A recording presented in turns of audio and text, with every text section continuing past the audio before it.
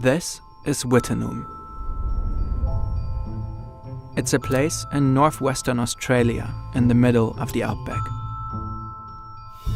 Once, Wittenoom was the largest city in the region. Today, the houses are empty. On paper, this town no longer exists. The Australian government has removed it from official maps. The soil, the bushes, and even the dust in the air are highly carcinogenic. Every breath can be toxic. Wittenoom is Australia's Chernobyl. Except that it's not radiation that makes this place so dangerous. What happened here?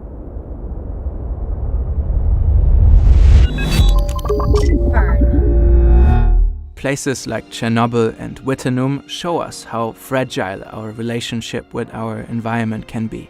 It's important to deal with limited resources consciously. Holzkern is the leading brand for watches and jewelry made from natural materials. Holzkern uses FSC certified wood and residual wood from the furniture industry. That's why every Holzkern product is unique. There are many different items to choose from. Along with watches, Holzkern offers chains, wristbands, and even rings. The products feel premium and are very well made. They also make great gifts. Through the link in the description below and with the code FERN, you can get an exclusive discount of 15% on your first Holzkern order. Thanks to free express shipping, it will be with you within 2 to 5 days. If you don't like the products, you can return them within the first 24 days and you'll get your money back. No questions asked. Go ahead and get your unique personal piece from Holzkern. It all starts almost 100 years ago with a mine. In the mid-1930s, a small company begins to mine a blue mineral in these two gorges. In 1943, a larger corporation called CSR takes over the operation. The company wants to increase production. In 1947, with the support of the Western Australian government, CSR establishes a worker settlement 10 kilometers from the mine.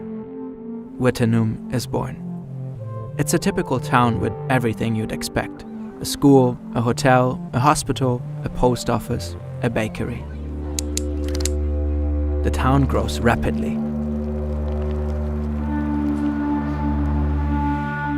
At the time, many people flocked to the northwest of Australia in search of employment. By the 1950s, 20,000 people live in Wittenoom. The blue mineral in the gorges is in high demand. Within a decade, 161,000 tons are extracted. The mine is Australia's only supply. The fine-grained tailings of the mine are put in these dumps close by. But the inhabitants are smart. It's a waste if the tailings are just left lying around. They use the residues for constructing roads and buildings or as insulation. The fine blue granules are excellent for mitigating the extreme heat of the outback. The people spread them on the ground, on the sidewalk, around the houses, on the schoolyard, and on playgrounds. But there's a problem. This mineral is asbestos. Blue asbestos, the most toxic kind.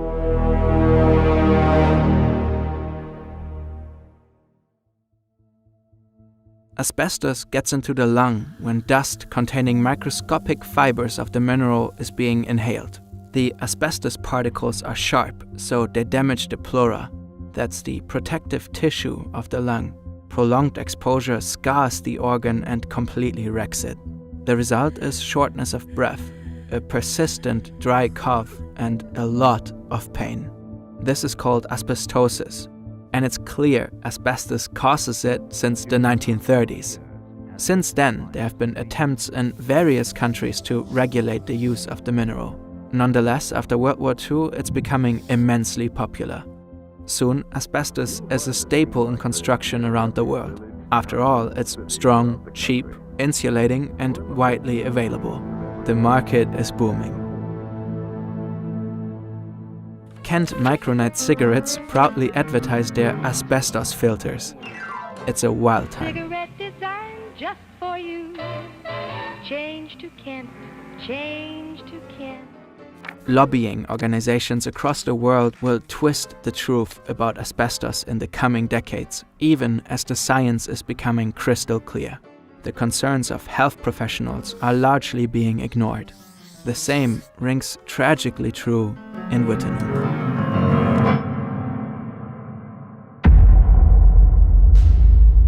Eric Saint is a flying doctor. He travels to remote parts of Australia to take care of people. He visits Wittenum in 1948, 1 year after the town's inception. He worries about it right away. He finds the dust concentration in the mine to be extremely dangerous. He informs the mine management about the extreme risks of asbestos. He also shares his concerns with the head of the public health department in Perth and predicts the greatest crop of asbestosis the world has ever seen. When you say the facts were well known, could one have known at the time that exposure to that sort of dust could kill people? Yes. Unequivocally, the answer would be yes. Nevertheless, no one takes action. A few years later, Dr. Jim McNulty also starts to focus on the health of the workers on site. And my impression of the mine was that, I said at the time, it was the worst I'd ever seen in terms of dust. There was dust everywhere. You got dust in your hair, got it in your teeth. When you walked around the mill, you put your hand on a railing, your hand came off black. McNulty repeatedly informs CSR about the dangers of asbestos. The mine management does not respond. Attempts to get changes made to dust measurement, and particularly, were blocked by people who had done the same thing for many years. In 1960, Dr. McNulty diagnoses the first case of a weird, rare cancer in Wittenum. The patient had worked in the mine for 2 years in the late 1940s. You see, since the asbestos fibers are so fine and sharp, particularly the blue ones, they don't just damage the pleura, they get stuck in it, often forever. They irritate the tissue and cause mutations. This leads to mesothelioma, an untreatable form of cancer. It usually appears with a delay of 20 to 50 years after the asbestos has been inhaled. Within 5 years after McNulty's first mesothelioma patient, more than 100 additional cases appear in workers and former employees of Wittenum. At the time, that's more cases than in all other mines in Western Australia combined. Throughout all these years, the town's residents are not informed about the dangers of asbestos. They continue their everyday lives in Wittenum, completely unaware, surrounded by deadly blue dust.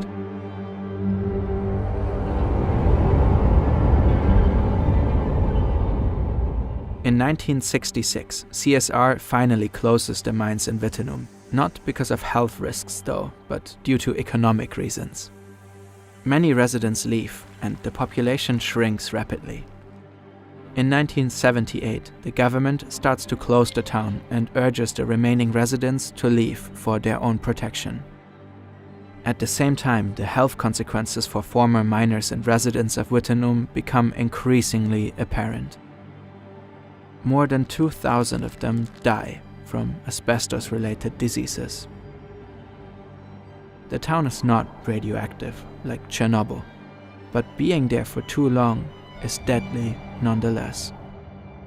Today, Western Australia has the highest recorded mesothelioma mortality rate in the world. Some former citizens lost almost all of their family.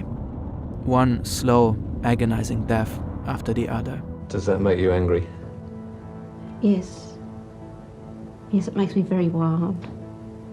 Very, very wild. I wouldn't have lost my husband or my parents if it hadn't been for the asbestos. I'm sorry. But nobody deserves to die the way that they died.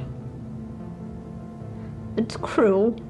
In the 80s, CSR begins to lose major lawsuits against former workers and residents. reports established that the company knew that asbestosis and cancer were extremely likely results of working in conditions such as those they permitted in Wittenum. CSR ends up paying millions of Australian dollars in damages.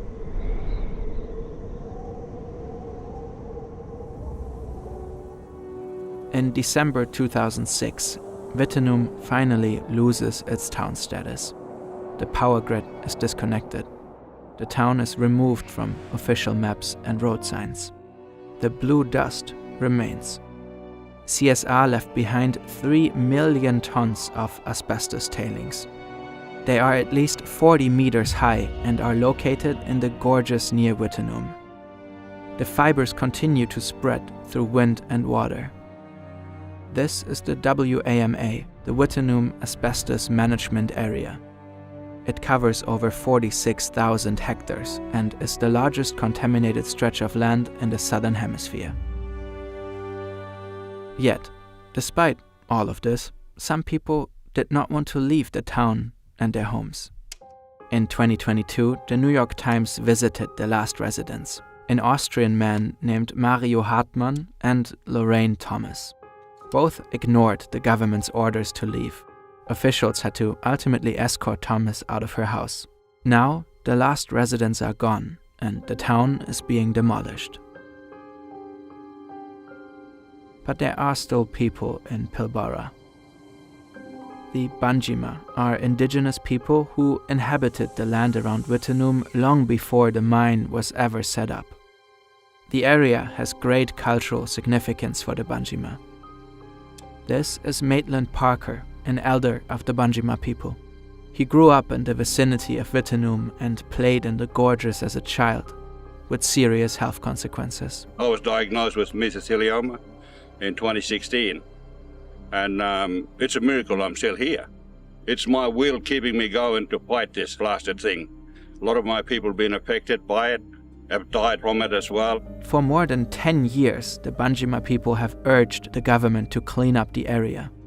Already back in 1994, an official report warned the situation would only get worse and strongly recommended the asbestos tailings dumps be cleaned up or stabilized, and that the road into the gorge be removed. But no action was ever taken. It would be too expensive. Disposing of all the asbestos could cost an estimated 100 to 600 million Australian dollars. And so, yeah, it's going to cost millions, we know that, but hey, that's not our problem. Until then, the aftermath of Wittenum continues. The blue particles continue to be taken up by the wind that blows through the ruins. The tailings continue to crumble into the once magnificent gorges and to river streams. The sharp fibers are still in the lungs of people who played on the town's playgrounds and walked its streets. A great number of these people will die a painful death.